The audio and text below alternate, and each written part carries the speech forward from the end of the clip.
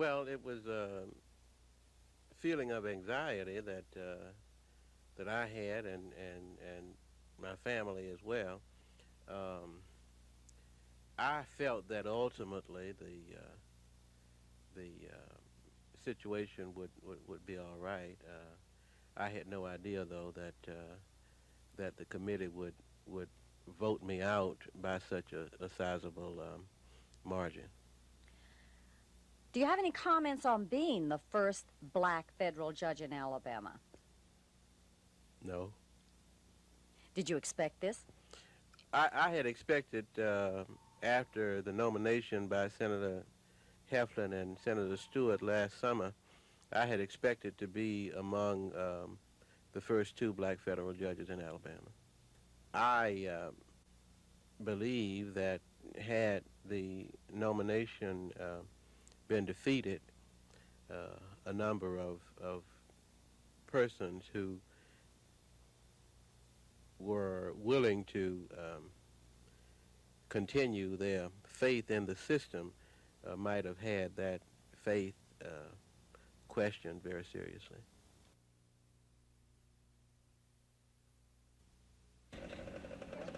The amazing win streak stretches over 4 years. After moving the team to the Ben Starr Field in 1977, they lost 2 of their first 3. Since then, it's been all W's. The feat is even more amazing when you examine the way Dixie youth teams acquire their talent. They draft from a clearly defined area. The teams with the poorest records from the previous year pick first. That means Burger King has been picking last all these years. Part of it, of course, is the coach. Carl Glasscock has been coaching Dixie youth for 15 years. He knows his baseball, and he knows the nuances of the game as it is played by 11 and 12-year-olds. We have bunt, take, and, steal signs, and then I'll give signals to the pitcher. You give signals to the pitcher. You tell him which pitch to throw? Yeah. He throws, most of them throw a change-up, a curveball, and a fastball. Majority of them, I would say 80% of the pitches are fastballs. Mm-hmm. How important is pitching in this game? I would say it's about 85% of the game. Obviously, then, the control of your pitcher is a key factor in winning so many games like this and so many in a row. How do you work with your pitchers? They usually pitch about 50 pitches every day, even practice or not practicing, and they'll tell me if they don't, and then they have to throw a few extra ones at practice. That's for control. Yeah, because you got to get it over the plate, huh? Right. You can throw it 100 miles an hour. If you can't throw it across the plate, you're not very effective as a pitcher. How do you get along with the parents? Oh, I have a lot of cooperation out of the parents. They're just great. Finally, it was game time. Burger King, the home team. Carl likes to be the visiting team. He thinks batting first settles his guys down before they go to the field. Chris Crane was given the start for the final game, and he responded well, striking out the first batter. There would be 10 other strikeouts before the night was out. In the home half of the first inning, catcher Mark Rhodes led off with a single. Spencer Lee, the league's leading batter at .466, single. One batter later, Aaron Patrick singled sharply to left, and the Lions' left fielder made a nice play. Mark was thrown out at the plate. Lisa McLean, the team's only girl player, didn't much like the call. But from there, Burger King scored twice in the first inning and went on to take an 11-1 victory, finishing the season undefeated for the 3rd straight year. 5 of its players were named to the All-Star team last night: Mark Rhodes, Spencer Lee, Chris Crane, Aaron Patrick, and Michael Lewis.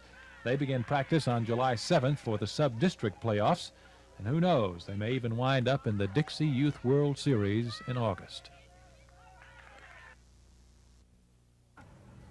120 potential major leaguers turned out for the free baseball clinic that was sponsored by WBAM and 99 FM radio stations, Stan Enterprises, and the Montgomery Rebels. 7 Rebel players instructed the youngsters, who ranged in age from 9 to 15, on the fundamentals of baseball, concentrating heavily on fielding and pitching. How much have you learned today? Well, how to scoop up a ground ball and how to stay in front of it and how to catch a ball a lot better. There's some good guys teaching you, aren't they? Good. You ever come out and watch them at the ballpark? Almost every night they play. You play shortstop for a little team? Yes, sir. What you learning out here? How to scoop up ground ball and how to crouch and how to move up. All you guys on the same team? Yes, all-star team. What kind of things is he teaching you? Just the basics. Is it helping you out any? Yes, a lot. What team do y'all play for? Montgomery Gray. You think you're going to be able to use some of the things that he's been teaching you? Yes, hope so. What's he told you to do today? Bend your back when you pitch. And when you come up, when you hold the ball, don't hold on the threads. Hold it like this. You think you'll be able to do that? Yeah. In general, the students got a good idea of what it takes to be a professional ball player. Today's free baseball clinic was a first for Montgomery, and Rebel General Manager Bobby Cox is looking for another clinic to be held later this summer. Dave Cody, WSFA TV Sports. The murder of 6 million Jews is an event that Rabbi Irving Greenberg says people must confront. Unfortunately, I believe it can happen again. The first time is the hardest, you know. It's when you do something as destructive as that, it breaks certain limits that up to now have been respected. I think we're seeing in places like Cambodia that mass genocide is possible again. So can a decision to wipe out every last person of a particular people take place again? I would say, unfortunately, possibly yes. The key, whether it will happen or not, is whether we learn the lessons and determine to never let it happen again. Greenberg says he's encouraged by some steps the Carter administration is taking. He served as director of the President's Commission on the Holocaust, which recommended ways to deal with the genocide. One of the suggestions is to set up a commission of conscience, a group of humanitarians who would watch for areas where there's a potential for genocide. Greenberg says that commission would have access to the President and Congress so another Holocaust can be averted. Lisa Nielsen, WSFA TV News.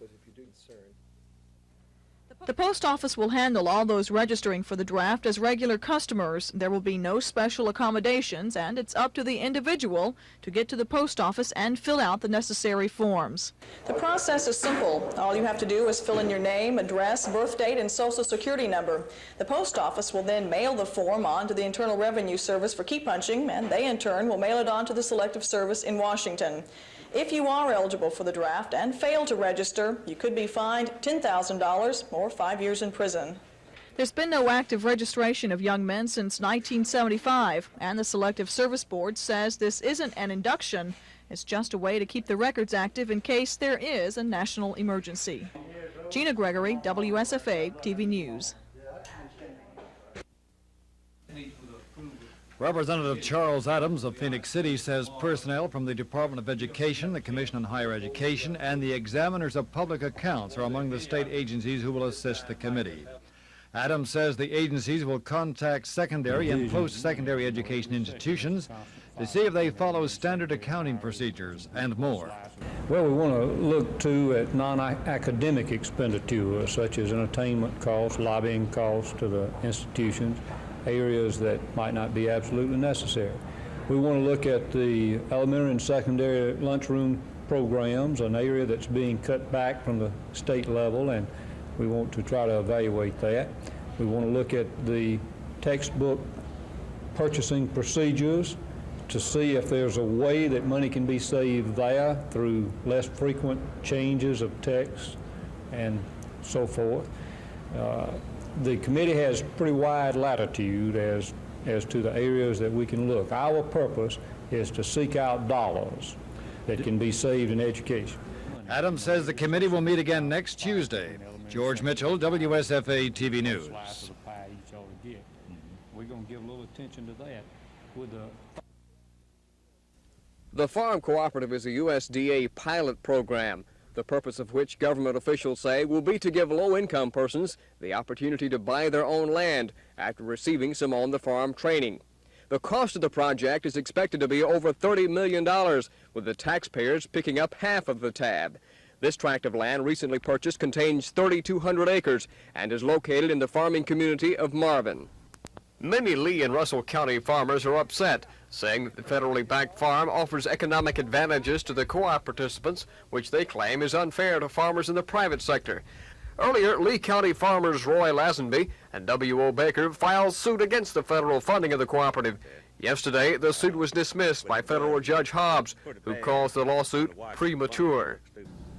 If this continues on, in other words, it'll destroy a free enterprise system in farming as well as everything else. Well, we feel like that it's in direct competition to us when the government comes in and puts this kind of money in a program like this, when we can't get subsidy on the crops that we try to raise. Baker and Lazenby say their opposition to the project is not a racial issue, rather a matter of wasteful government spending and politics. They say they intend to continue their battle against the cooperative and will refile their suit. From Lee County, Dan Black, WSFA TV News. That misunderstanding was discovered in a routine 4-year audit of the university, conducted by the State Department of Examiners of Public Accounts. University officials first learned of the discrepancies in September of 1979. Dr. Watkins says he and the other school officials paid $157 soon afterwards. The audit shows that one ASU official used money from the president's special fund to buy alcoholic beverages. Dr. Watkins says that fund was established by the Board of Trustees. He says it was his understanding that the money could be used to entertain university guests, including the purchase of alcoholic beverages. But auditors from the Department of Examiners said no, so Dr. Watkins paid back the money out of his own pocket. The other discrepancies involved Dr. Watkins and 3 other officials who overcharged the school for travel expenses. The total amount was less than $64. The Department of Examiners has made several recommendations to the university. 2 of those are that no travel expenses be reimbursed or paid in advance through petty cash, and that those expenses shouldn't be reimbursed unless the proper travel forms and receipts are submitted. Dr. Watkins says these and other recommendations will be taken into consideration and the proper action taken where it applies. Cassandra Taylor, WSFA TV News. That misunderstanding was discovered in a routine 4-year audit of the university conducted by the State Department of Examiners of Public Accounts. University officials first learned of the discrepancies in September of 1979. Dr. Watkins says he and the other school officials paid back the $157 soon afterwards. The audit shows that one ASU official used money from the president's special fund to buy alcoholic beverages. Dr. Watkins says that fund was established by the Board of Trustees. He says it was his understanding that the money could be used to entertain university guests, including the purchase of alcoholic beverages. But auditors from the Department of Examiners said no, so Dr. Watkins paid back the money out of his own pocket. The other discrepancies involved Dr. Watkins and 3 other officials who overcharged the school for travel expenses. The total amount was less than $64. Dr. Watkins says this was simply human error. He says the $157 involved in the misunderstanding is a very small amount, considering the fact that it was part of a $54 million budget. Cassandra Taylor, WSFA TV News. The water is pumped from about 20 feet underneath the surface of the river, and the oil travels on the first few inches of the top. So the oil would have to get down into the water some 15 to 20 feet before it get into our pumps. Then the water is in our process in the plant here for 9 hours before it gets to the distribution system. So if there's any traces of oil here, we will see it before it gets in the distribution system. And then you will take proper steps to close it down? Close down the plant, and if we have to close down the plant, we would go to our well systems and supply the water, and there was no problem at all. But there is no danger at this time? No danger at this time, and I don't see that there will be any from a simple oil slick. Those people over there. Some 35 million Americans are walking around with the disease with no symptoms whatsoever. And if you're over 18, chances are 1 in 7 that you have it. High blood pressure is very dangerous. It's a primary underlying cause in 65% of all heart disease, the nation's #1 killer, and in 75% of all cases of stroke. It's a major contributing factor in severe kidney disease. High blood pressure kills about 1 out of 8 of everybody who dies from anything. You can have high blood pressure and not know it. Often there are no symptoms. You feel great, look good, and you have it. It's a simple process to have your blood pressure taken. It takes only a minute. On top of that, it's painless and inexpensive. Most high blood pressure can't be cured, but it can easily be controlled through medication, often by taking a pill a day. Usually the person with high blood pressure experiences no obvious symptoms until his heart and blood vessels are damaged. For that reason, it's been called a silent, sneaky killer. Most cases of high blood pressure develop in people between the ages of 30 and 45. If you're over 40, you should be checked annually. But even the very young can have it, and everyone should be tested, especially if high blood pressure runs in the family. So if you wait for high blood pressure to show itself, you could be in real trouble. The first symptom could be heart failure, a stroke, or kidney failure. This is Coping, and I'm Ivy Berman.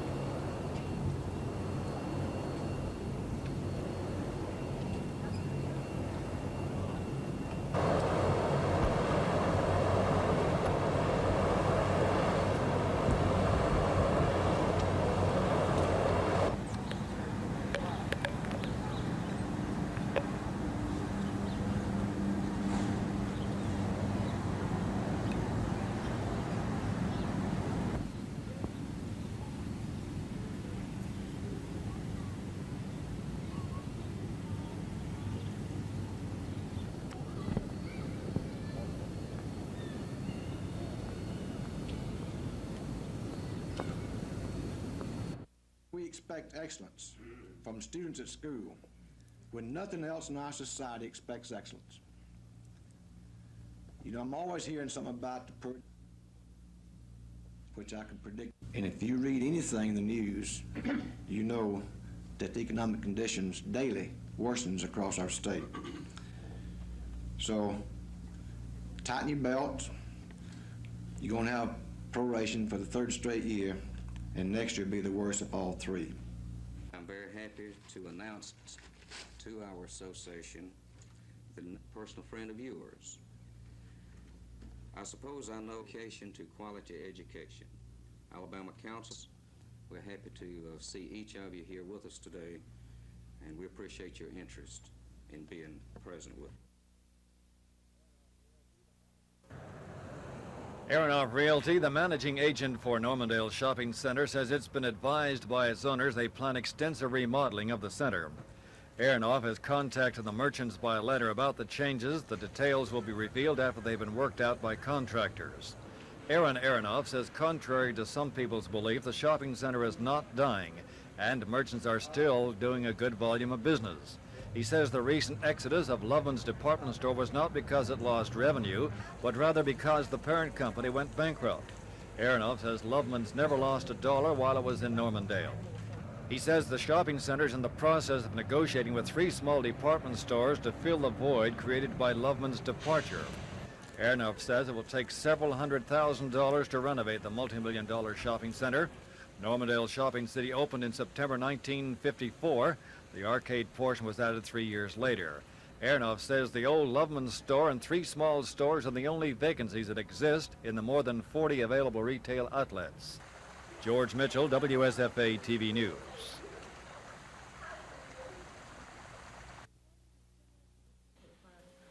The program is similar to the city's Secret Witness campaign. Fire officials will post these signs on areas hit by arsonists. So far this year, fires in the Montgomery area have reached $2.25 million in damages. Deputy Fire Chief Jim Sutherland says that figure is higher than arson damage in Montgomery during the past 4 years put together. He says the purpose of the campaign is to make area residents more aware of the arson problem and to provide a way for people to give information and yet remain anonymous. The program originated in Seattle, Washington, with the Hartford Insurance Company supplying the posters. posters. Sutherland says the Seattle program has proven to be very effective and says he's optimistic that we'll see the same results here. Cassandra Taylor, WSFA TV News. They had a large degree of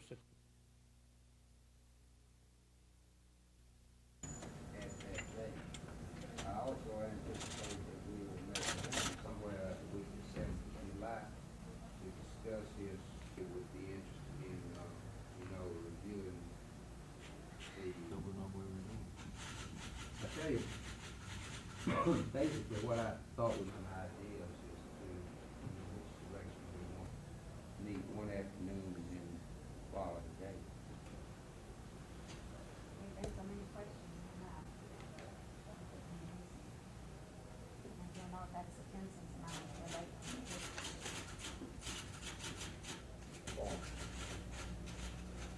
It seems to me, Eric, it might be a good idea if there was some refinement or some definition of the areas, specific areas of the committee concerned.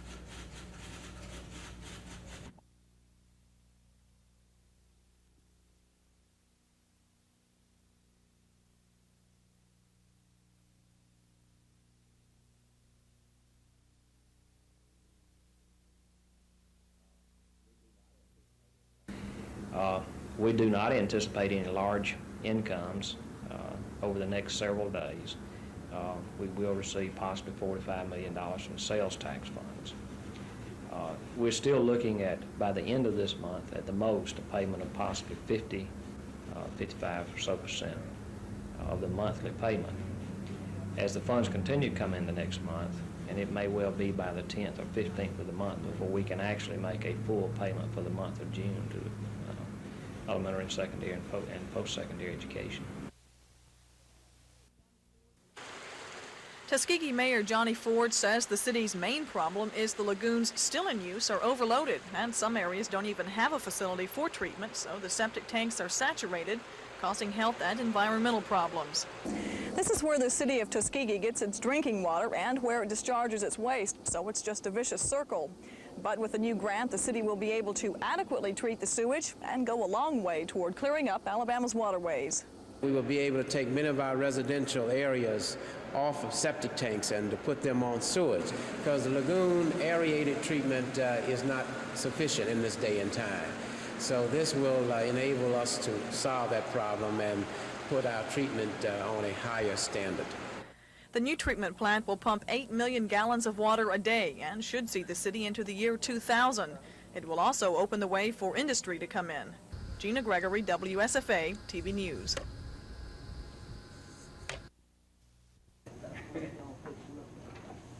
Thank you very much. Capital Heights for a number of years, and it's also amending his MAGIC recommendation. Would answer any questions. In which we made the observation that the difference in a beginning teacher and a teacher at retirement was only $960. They would be making only $960. We have schools have gotten about an 8% increase last year, which we were not able to give. We're simply moving her from the program which teach science for us at Floyd Junior High School and they paired to a PD along with the guys. I can see no basis whatsoever for any person legitimately opposing a project like this. John Brown is president of the Southeast Alabama Self-Help Association and is head of the Farm Cooperative Planning Project. He says opposition to the project by local farmers is racially motivated. Brown says since the cooperative purchased a 3,200-acre tract of land, he's received several threatening phone calls mixed with racial overtones. Brown points out that of the program's 60 applicants, a third are white. Farmers opposing the cooperative say it's unfair competition. Brown disagrees. You know, it's a bunch of hogwash. These guys produce cotton and soybean and cattle. We will be producing intensified vegetables. Local farmers say the family cooperative won't work, but agricultural officials in Washington and John Brown say it will. In the meantime, the multi-million-dollar project is still in the planning stage, and Brown says despite opposition, he hopes the first of several farm cooperative families will move in during January of 1981. From Tuskegee, Dan Black, WSFA TV News.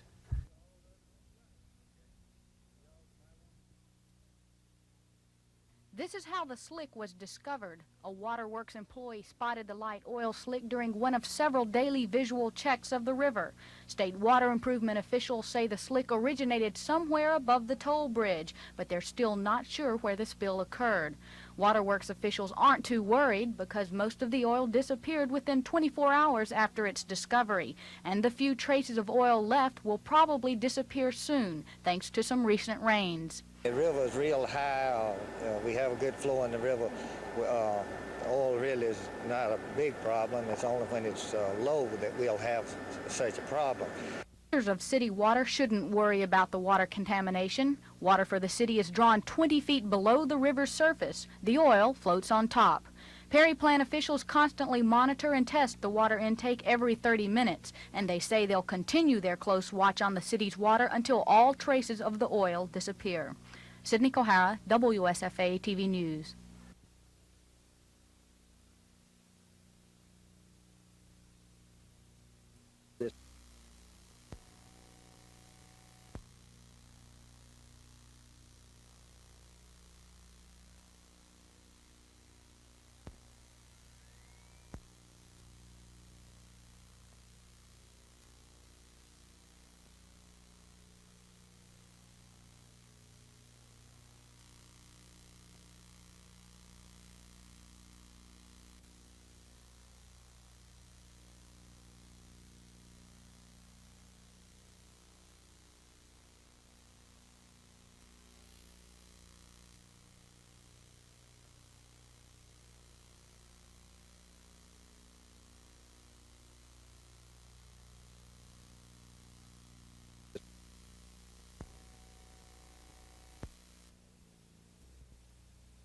Hopefully I can give them what they want, and it's not a matter of I can, it's a matter of we again, to win, to go any further than divisions and championships and get in the Super Bowl. It takes an effort out of more than one person. One person I don't think can make the difference. I think it's a matter of 40 guys playing to another 12-4 or 13-3 record and getting to the playoffs and winning those big games. And they have to play up to their capabilities also because it's a team sport, and it has to be an effort by everyone. And I don't think one guy makes that much difference.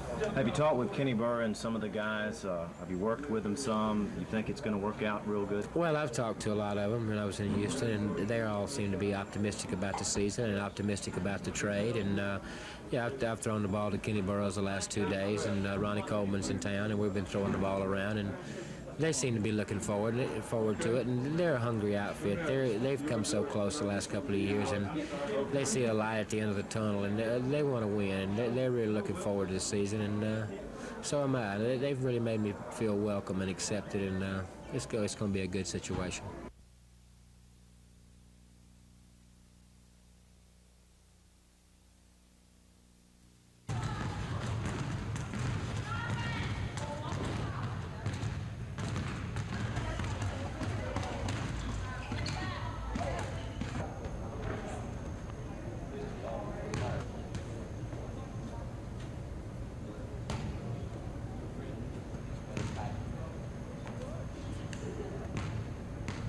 Coach, tell us what you've been up to now.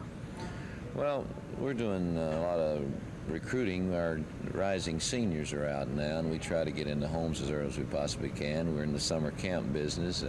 We will finish our camp this day, and we just left Jerry West at the airport, who he's been doing an outstanding job for us. And I do a lot of alumni functions at this time, speak at clinics, so we have quite a busy summer. Tell us about Bobby Caddis. What's the latest on Bobby? Bobby looks good. He weighs about 195 pounds now, and that's up from about 183 and down from 240, if you can see how bad that has been. He's very enthusiastic about getting back to school. He's working harder, and he's gone through quite a difficult time, and I believe he will play because I believe he has the attitude to. What about the team overall after recruiting? Are you looking pretty good for next year? Well, I felt like we needed one inside guy that was a little bit bigger, but I felt like our recruiting year was good with what we got and the positions that they played. But as you know, everybody in our league is always looking for that big guy, and we didn't get the real big player, and I think we need one.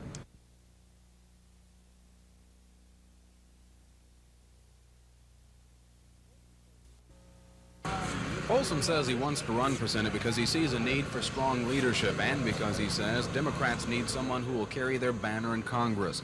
Folsom joins a field of other candidates, both Democratic and Republican, who are trying to unseat Donald Stewart. And Folsom, like the others, accuses Stewart of being too liberal and not representing the sentiment of the people of Alabama. What about his status as a commissioner on the PSC?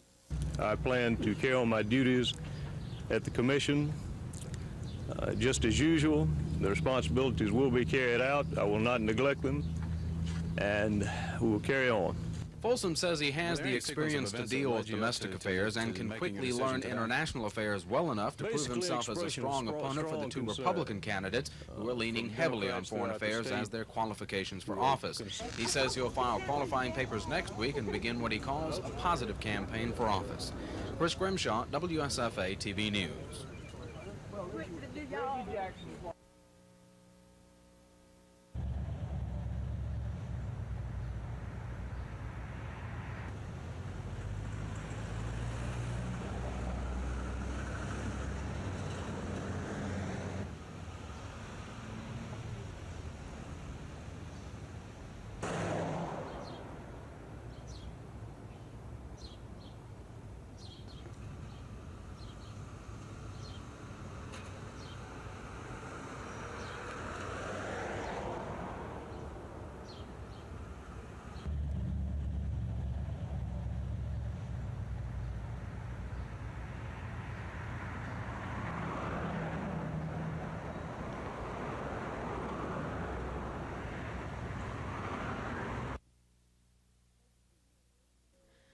Those 2 years living in the basement of the American Embassy have been long and lean ones for the Vishenko and Shimakahala families. Their attempt to accept an invitation to come to the United States and settle in Selma, Alabama, has been constantly blocked by Soviet officials. But there are Americans who work daily for the plight of the Russian families. One such group is an organization called SAVE, the Society of Americans for Vishenko Immigration. Many members live here in Alabama and have been successful in arranging visits to the families by congressmen and improving living conditions in the embassy basement. There's also been a book written about the family's plight, and on the anniversary of their second year in the U.S. Embassy, they haven't been forgotten. People from all over the United States have been calling the Soviet Embassy in Washington, asking officials to allow the families to immigrate. One SAVE member says the American people won't let the Soviets forget as long as this hostage crisis goes on. Sydney Kohara, WSFA TV News.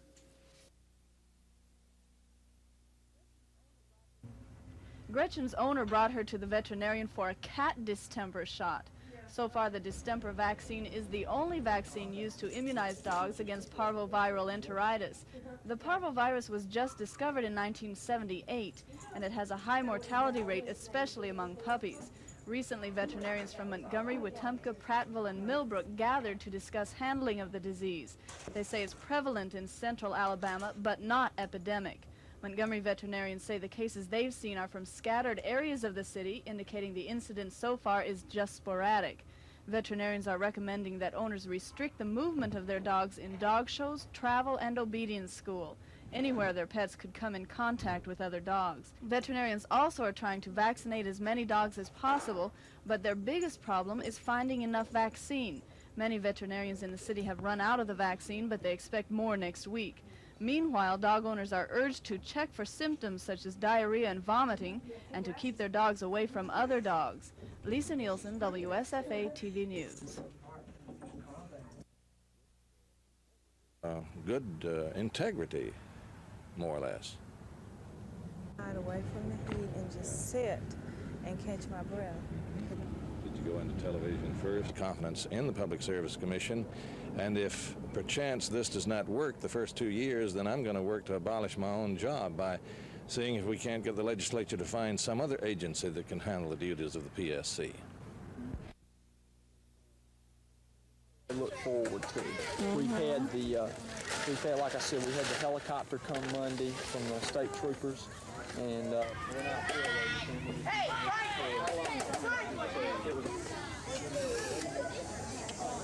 wait a minute, don't put nothing in there yet. Hands behind your back. Hands behind your back.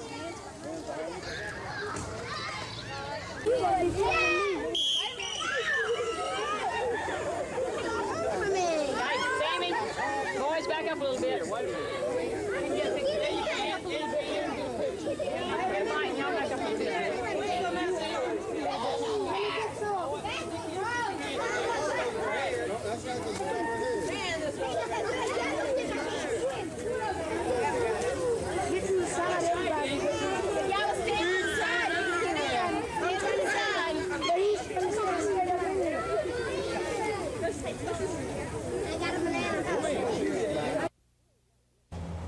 Stills like this were once used to make illegal moonshine and were hidden away in the woods to keep the revenuers from finding them. But not anymore. This contraption is now used to produce 170 proof fuel alcohol, and it may be one of the solutions to America's energy problems. The still belongs to Mother Earth News magazine, as does the truck that is carrying it.